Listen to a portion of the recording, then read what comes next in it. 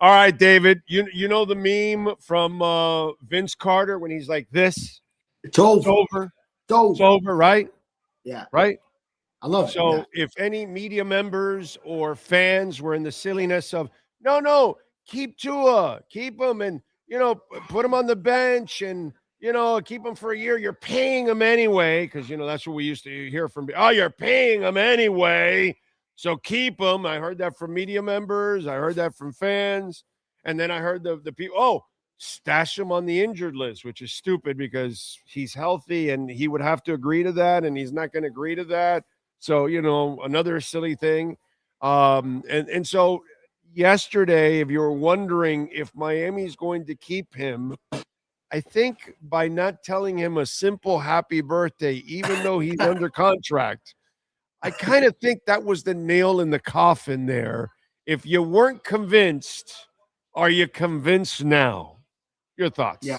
I was going to bring that one up if you didn't. So, yeah, I mean, it was listen, we've known this the whole even before the offseason, 3 weeks to go in the regular season. And actually, I felt so terribly wrong. Like at the end of that Steelers game, when they got eliminated, I think I was on your program, like still talking like, oh yeah, something could be worked out. He could end up here next year. I was still in the mindset of, you still like the first out is after 2026. You were on Tehran Armstead Island. But only very briefly. Once it set in, once I was in the airport. By the way, Tehran Armstead is expecting Tua and McDaniel back for week 1 next year. Okay, I'm not sure if he's gotten off Tehran Armstead Island, but Tehran Armstead Island, Mike McDaniel and Tua were going to be back for week 1. Don't worry, Dolphin. Don't pay attention to this. But anyway, go ahead. I'm sorry. No, but I love Teestead though. He's great, dude. It's fantastic, but fluff is not the way to go in this business. But go ahead. I mean, you know what? Yeah. It'll endear him to the players and networks and all that because he should end up on a network because he's smooth. He's good. Oh yeah, and you could tell even the way he was pitching it when he tweeted it out that he was like, "No, hear me out," and this and that. Like he knew it was like he was going off on the wrong track with it. But he's too nice to be honest. So it's all right. It's good. Hey, look, dude, it's all right. I mean, there's lots of people like that they like to play the PC and play on the fence and be everybody's friend and all that. I don't give a shit about that. I don't play that game. So I just call it like I see it. It is what it is. Too bad, but it's fun. It'll pay off for him, bro. That kind of fluff stuff has way more mileage than anything I do. So it's all good. Go ahead. Yeah. No, but I mean, once I was in that Pittsburgh airport the Monday and I'm watching the stream, Tuesday then, because it was a Monday night game, of the stream of Mike McDaniel. I'm about to fly back and he's benching Tua. And then that's kind of when it set in for me, like, oh yeah, this is over. Once we were actually in that moment, I was like, oh yeah, it really is over now. And then you see his reaction, I think the next day in the locker room, and he was upset about it. So maybe it struck him as a little bit of a surprise as he was entrenched in it as well and still actively competing just the night prior to hearing this out. But I think it kind of set in at that point in time is the team is moving on. And then you played out the last 3 weeks. You had Quinn Ewers and whether it was this GM, another GM, it always made sense then to go ahead and move on from Tua. And John Eric Sullivan has no ties to that move. He would only tie himself to Tua if he does keep him on for another year. So at that point, then just keep it moving. And I think you could tell by his comments, everything's on the table. You don't go say that about a guy that you are not about to release. He went and answered specifically a question about the post-June 1 or pre-June 1. It took a couple of times that we pried on him to answer, and he finally did. But everything's on the table. They're looking for a trade offer. If not, it's going to be the release. Most likely has to be post-June 1. Yeah. Adam Schefter goes and sends out the tweet. The Dolphins don't wish him a happy birthday, which every year around this time, because it was always Mike McDaniel's birthday, it was Tyreek Hill's birthday, all of them in the early March with Tua, and all those would always get sent out. early March after the combine. It feels like clockwork to me in my brain covering this team. And sure enough, no happy birthday message for Tua, as we already knew. Tyreek Hill and Mike McDaniel no longer here, so they're not getting theirs either. But all those people, they're gone. It's over, Yeah. like Chris Carter said. Yeah. And by the way, good thing, bro. Good thing. This is your mulligan. Take advantage of it. Okay. You know, it's something that unfortunately you have to turn the page and clear the slate and move on. This is take advantage of this right now, this moment. This allows you to reset your team. And so and this kind of allows you to turn the page too, you know, and start your own mark on everything. So eventually when you draft your guy, which will be probably next year or the year after, you'll do whatever you can this year to kind of get by. That's what I think is going to. That's what I've been thinking the entire time. Draft some guy in the third day, and they'll draft some. They'll go get a veteran, some some Flacco, some whatever, dude, a Jimmy Garoppolo, whatever, dude, anything like that. You know, they're going to get something like that, and then just get by this year and try to do whatever you can. Coach them up, but you're not going to be that good, so you're not going to win a lot of games. That's all. I don't think there's anything wrong with this at all, to be quite honest. Yeah, I see it as when you look at the quarterbacks, I do think Sully and Half want to make a move for Malik Willis if it's at the right price, but then it's just unlikely it'll be the right price that this Dolphins team can't afford under the current cap situation. So with their connection to Green Bay, I feel like, yes, they would like to if they can get it at a bargain, but then it's just going to play out where it's not quite a bargain, and some team is going to go ahead and feel moved about him to go ahead and give him the cash that he wishes for, and then you just move on to maybe another veteran. Maybe you only go to the draft.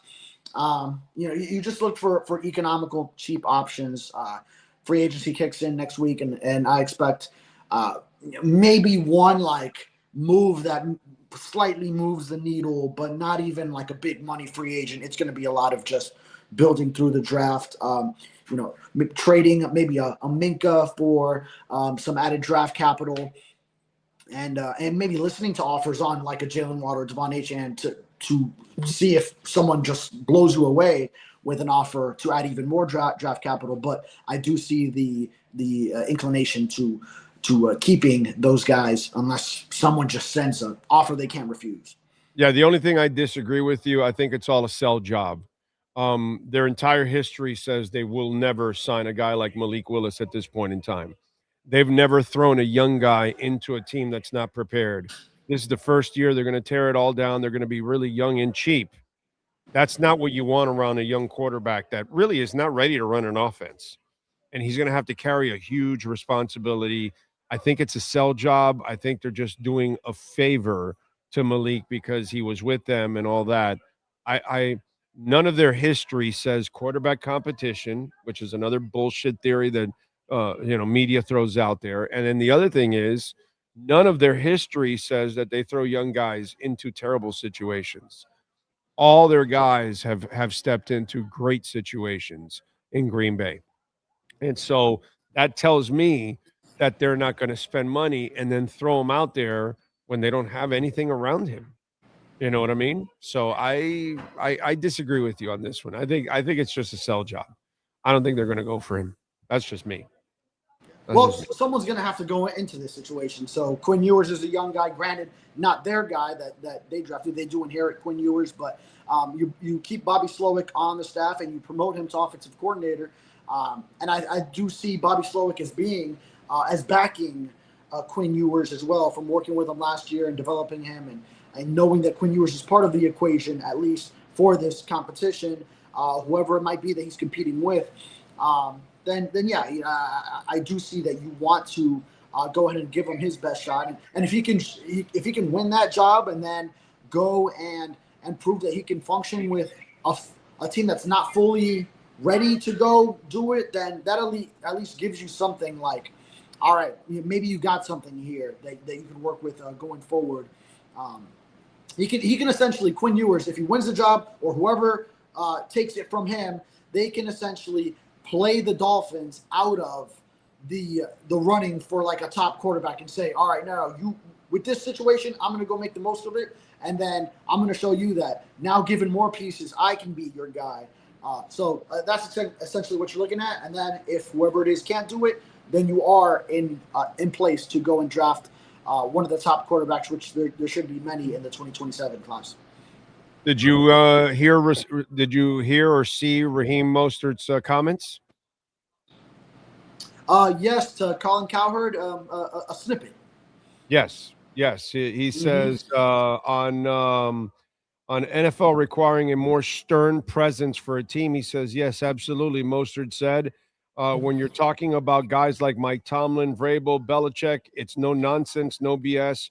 We're getting here. We're getting the job done. It's my way or the highway. It's pure. That's how we're going to coach it. It's essentially the ruler. I'm the one making these gains and the failures. I have to accept that. But when you're dealing with a coach that's so nonchalant, laid back, wants to be the catalyst behind being a player's coach, it kind of shifts that organization in the pivot within that system. So while it can work for smaller leagues, teams possibly, when you're dealing with something like that, as a player, you're like, no, I need somebody tough that's going to lay the hammer down when it needs to be laid down and tell the other players to get in line. When you don't get that, the impact can be definitely detrimental. So your thoughts on what a lot of us thought for many years, that Mike McDaniel was a soft coach? Yeah, I think even from the beginning, certainly that was the knock on him. If you had a clean slate, don't know him at all, you're just finding out about him, as the Dolphins in the early 2022 offseason were interviewing him, and then he advanced, and he's a finalist, and now it's like, oh, it's serious, because Sean Payton isn't happening, and I know even like Jim Harbaugh was thrown around back then when he was staying at Michigan. And once you sort of eliminated all those other things and you were like, oh, he's one of two finalists, oh, he's about to get this job, then that was how you would evaluate him is, okay, we get it. He's this whiz kid, innovative, offensive mind, but how is he going to command the respect of a locker room? We were saying it from the beginning. And then, sure enough, he wanted to do it his way. He wanted to do it with a lot of love for his players, always backing them, always just, players coach, just you do what's best for you. I'm here to help you type of vibe. But then there does reach a point where, like any kid with their parents, they're going to see the limits that they can push in order to increase their comfort and just what they want to find out they can get away with. And he was a coach who, of course, he had his limits pushed as far as players gauging that. And then it got to the point where when he had his first downturn of a season, 2024, after the 2023, you were so high up there, you had a chance at the number one seed, lost two regular season games to get bumped down, blew the lead you had in the division. 2024, supposed to be this bounce back year, get back to what you were doing. And then sure enough, players are taking advantage of the, I'll say it, just soft coaching style of Mike McDaniel, coming in late. And that took on a huge storyline of its own. So I think Raheem Mostert probably witnessed that, saw it go down. And I think Raheem Mostert also, he had a previously great relationship with Mike McDaniel deteriorate. So I think there's also some emotional aspect to it as well, where, he brought him up in San Francisco, had great success, like that 2019 run the 49ers had to the Super Bowl that was in Miami. Raheem Mostert scoring 4 touchdowns in that NFC Championship game for the 49ers. And then Mostert in 2023, that season, sky high, sets records for the franchise with rushing touchdowns, total touchdowns, and then it just really collapsed to such a level.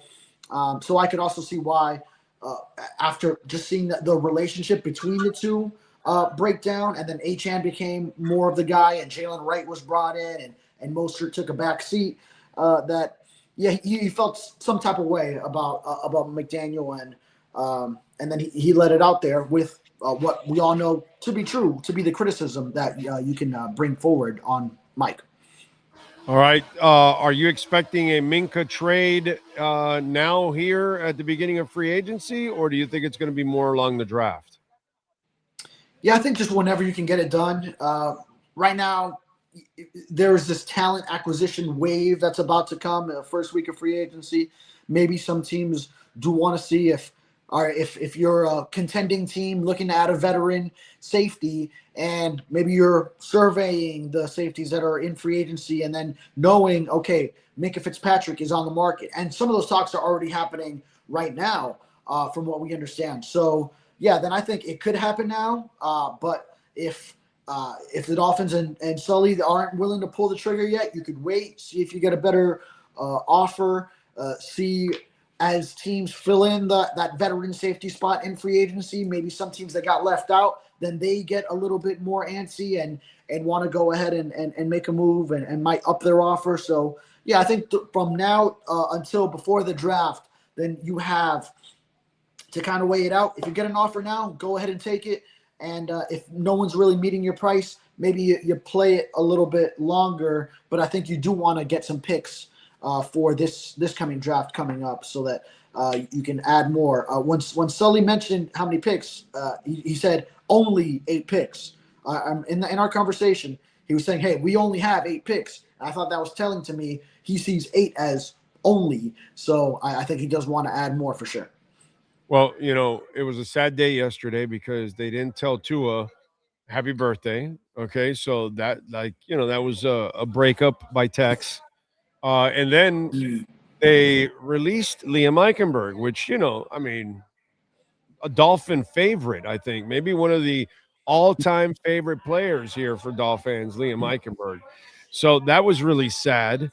Are you expecting any other cuts here? Because like a Jason Sanders, I mean, if you're going to go young and cheap, you can get kickers, bro, and go save yourself some money. What are you expecting? Is there any other cuts that you're like going? Okay, the chopping block is going to happen now with this guy. Yeah, Jason Sanders is the one that sticks out to me. Obviously, if we fast forward to a point where they don't trade Tua, then you're releasing him, and most likely with the post June 1 designation. I think that's why the Bradley Chubb move still isn't official, because that's still sort of in the works. It could come. I think they would prefer to trade Minka, but maybe that's a factor if they don't find the deal. But I think you would like to trade him. I know specifically on Austin Jackson, Sully kind of responded in our conversation with him like, well, we still need bodies. That wasn't his word. That's me paraphrasing. But you still need players. You still need players on this roster. So I think he might view Austin Jackson in that regard. Plus, you don't save too much with a pre-June 1 cut of Austin Jackson. It's a lot better if you do it post. So maybe he's one of the candidates that Sully talks about. But Jason Sanders is the one that really sticks out to me. And in fact, I wasn't even on alert for Liam because I just assumed he was a free agent. But it turns out since he was on PUP all last season, his contract is tolled into 2026. So, but he might not even play again. Last we saw of him, he was unsure if he'd be able to play with this serious leg injury that just hasn't gotten better. So, and he lost a lot of weight. Last time I saw him on locker cleanout day at the end of the season. So, hopefully he does get well. Great guy. I know a lot of people down on him for a lot of his play, but yeah, I mean, it was a terrible draft pick, bro. He didn't. Nah, yeah, you traded him. It was a terrible draft pick. He never ever came close to playing to the level of what he was drafted and traded for. So it was just disappointing. Unfortunately, the best he could become was a journeyman backup. Is what he could become, the best that he could become, and that's unfortunately that's not what you draft him for. He's made so much money. He could probably retire and he'll be fine, dude. And he's earned his pension, right? Didn't he pass 4 years? Yeah.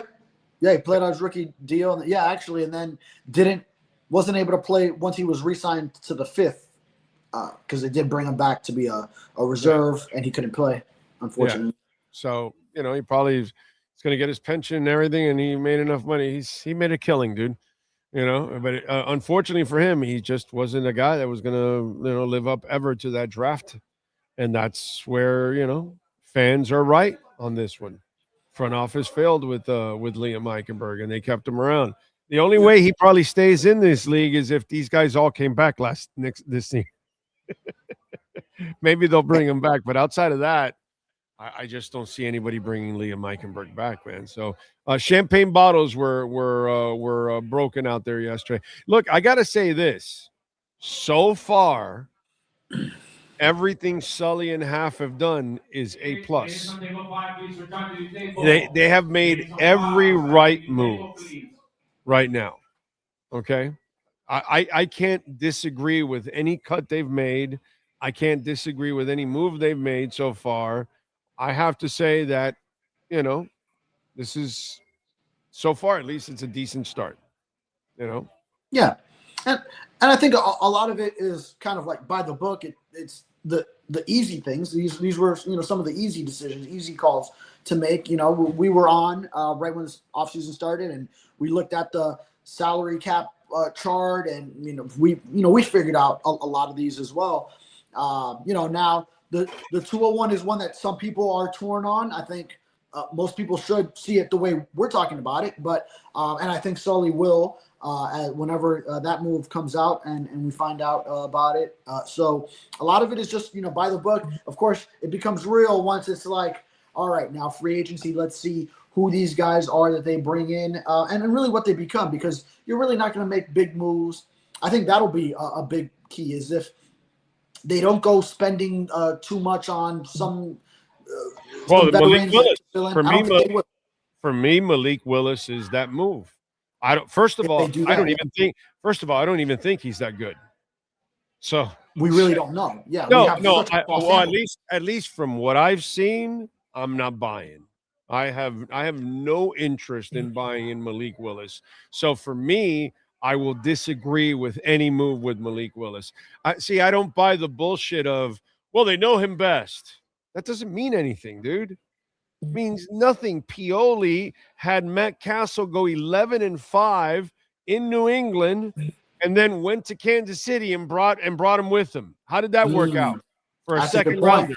Yeah, and then Josh McDaniels went to the Raiders and brought Garoppolo with him. How'd that work out? Oh, and by the way, last year, the old man, Carroll, goes to the Raiders and he brings Geno Smith with him because he knows him so well. How'd that work out last year? It's like, it's like when I tell Heat fans or writers or whatever, you got to tank. Oh, well, it didn't work for the Sixers. That's the laziest shit there is out there, because it worked for San Antonio.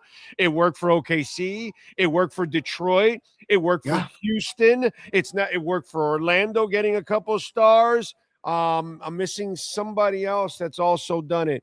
The laziest shit is the people that aim to the Sixers. And then they don't talk about all the other teams that have tanked and have boosted up their teams because of that, because they went and got stars, or they mounted a bunch of picks, which is what you're supposed to do, so you can then trade for a star. Like San Antonio drafted one and traded for one, the Sacramento kid. I'm forgetting his name, but whatever. Anyways, the Fox. That's it, Fox. Fox. Thank you. Yes, Fox.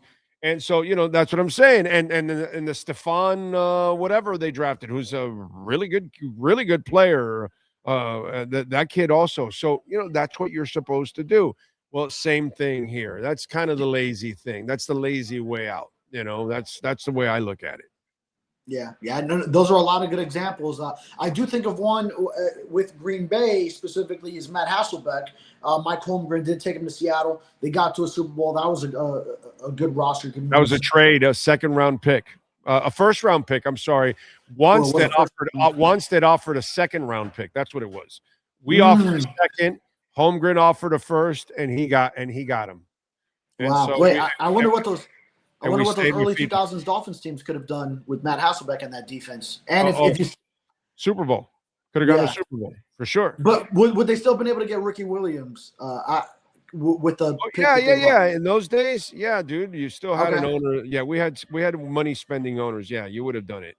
Yeah, they could have had a Hasselbeck, Ricky Williams with that defense. Yes. Yeah, I think so. Man. Yes, because remember, you're getting Hasselbeck for draft picks, and then you're getting him under contract, and he hasn't done anything, so you're not paying Yeah. him a ton. So you would have still had that window. You know what I'm saying? So you would, and plus with Huizinga or Ross, money was never really an issue. That if you have the team, they'll push the money back and back and back. Eventually, you'll have to pay the credit card like they're going to do now. Yeah. But you can push it and you can delay it for a while if you have the team like you have now with in Kansas City, that they'll keep delaying as much as they can because they've got the guy and they've got to take advantage of the window. So whenever it's done, then they're going to have to pay a brutal credit card bill for a couple of years. But you don't give a shit because you have Mahomes and you have that window and you have to take advantage. We would have had that window with Hasselbeck, but we only offered a second rounder, unfortunately. Man. So our fan base didn't get to enjoy a decent quarterback. So yes, that happens, in that case like that. But remember, Hasselbeck, again, different than Malik Willis. I believe it was 2 or 3 off seasons of him lighting it up in the preseason. Like he was killing it. And so every time he came off the bench, he looked phenomenal. And that's why people then like, okay, well, this guy's actually pretty good. And at that moment, Green Bay was on a roll with quarterbacks. Okay? Oh, yeah. Because remember, they're coming off of Favre and what's it called? Aaron Brooks, who they traded to the Saints. The guy they traded to Jacksonville, Mark Brunell. They cut Kurt Warner because they had too many people on the roster. So, it's like they were on a roll, and then they drafted Hasselbeck, and they drafted Matt Brom, and then they drafted right after the other guy that they bamboozled Seattle with. Matt Flynn. Flynn and all that. So they were like on this roll for a while. You know what I mean? And after they drafted or traded all those quarterbacks, they went and drafted Matt Hasselbeck, and then they did that move, after all of that. It's crazy, dude. Anyway, what do you got going on the Sentinel so folks can check you out? Yeah, I just released yesterday the 10 prospects that improved their stock at the Combine and who could interest the Dolphins be fits here. So make sure to check that out. Make sure to check out everything from the past week. All the Dolphins news from the Combine, as well as prospects, a lot of coverage with how many guys in this draft they have. And I will be doing a mock draft tomorrow. So make sure to check that out. A post-Combine mock draft. So I still haven't figured out which way I'm going to have the board play out. I got to make all the picks for all the other teams before the Dolphins pick at 11. And I'm going to do it like I would think they would. I'm not going to try to finagle someone to come down to Miami. So I'll see how I have it all play out. Make sure to check that out tomorrow. And by the way, Donardo Joseph, thank you for the love on Cash App. He goes, and OKC traded for SGA, and the Clippers are kicking themselves. Yeah, so, it's you got to have the picks. You got to have, trips to the lottery, all that kind of shit, man, to kind of change it. And you got to do it, bro. So we'll see. Anyway, follow him on Twitter at Furones _ Thank you, sir. Appreciate you immensely. Yes, sir. Have a good one. You got it. Welt Rheaume. We love talking about Jeff Welt and Daniel Rheaume. Bankruptcy, homeowner property damage, condo damage, criminal defense, business owner claims, commercial litigation, personal injury, 954-966-4646. If any of these things are happening to you, the beauty about talking to Jeff and Dan is the consultation's free.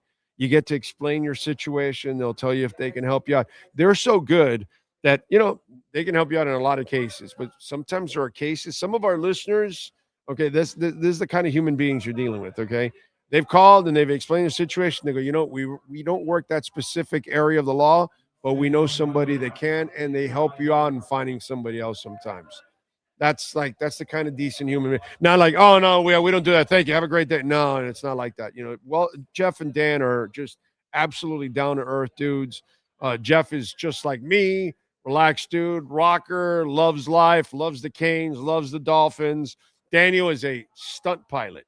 Okay, so, walking in a court is nothing than doing stunts on a plane. So, he's got the cojones to go in there and crush the judges. Call him 954-966-4646.